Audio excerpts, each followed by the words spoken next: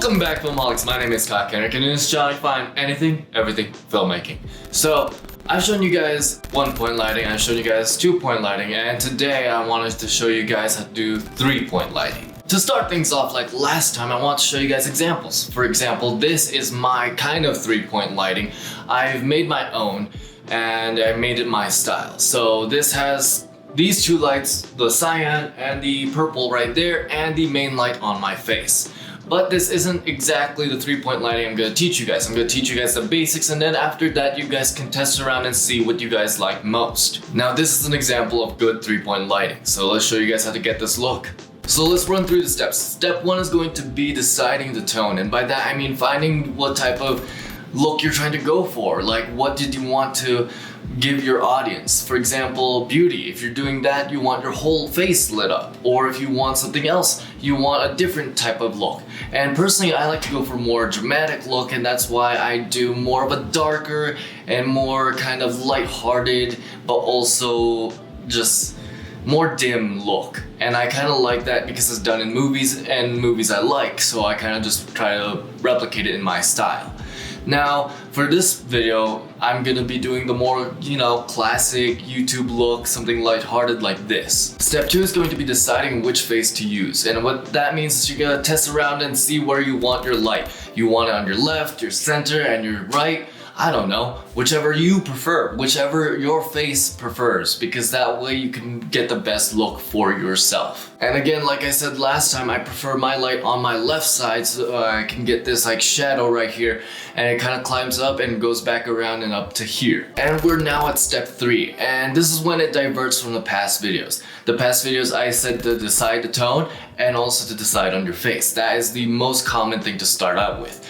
Now we're gonna do something different. We're gonna try and bounce. And to show you guys further steps, I'm going to take out the 3-point lighting and just use this singular light right now. And here we are in a singular light area.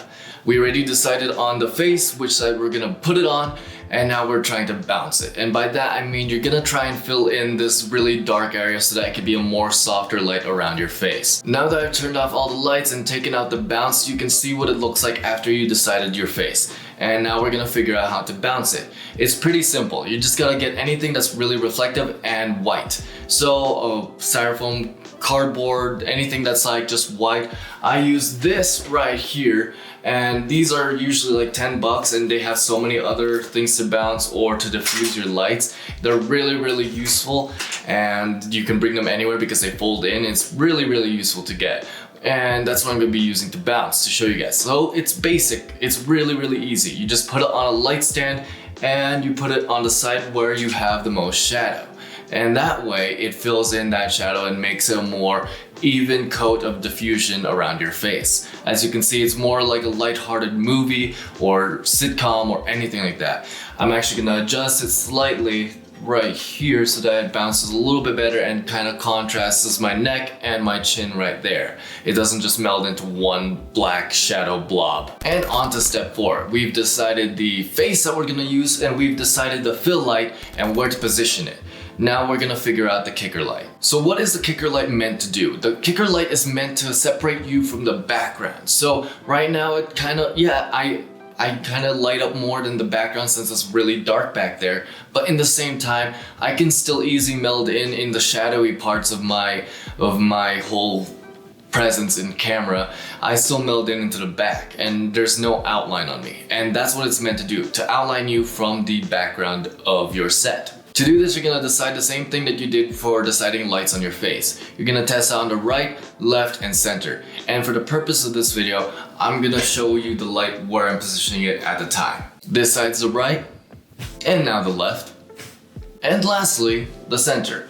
And personally, for this type of YouTube look, I like it in the center. It kind of gives this whole entire outlook of hair to my ears, to my chin, to my neck, and my back shoulders right here. It causes a good even coat on the back of me, and if you kind of position your head right or your body right, however you're filming yourself, it's hidden pretty well, as long as you don't do this a lot in your videos.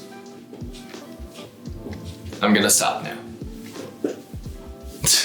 And the last step, step number 5, is going to be practicals. And again, this is 3-point lighting, but the set behind you still matters. And you need lights that don't reach you personally, but in the same time also kind of fills in the background. For example, I have this lamp right here, which I will turn on in a second, and also this lightning bolt. It kind of causes this whole, it feels like a lived-in place, it feels more professional, and it feels right. And that's 3-point lighting. We have our face light, our fill light, and our kicker light, and some practicals in the background to all connect into just one little lived-in, but also a professional place. It makes it more natural.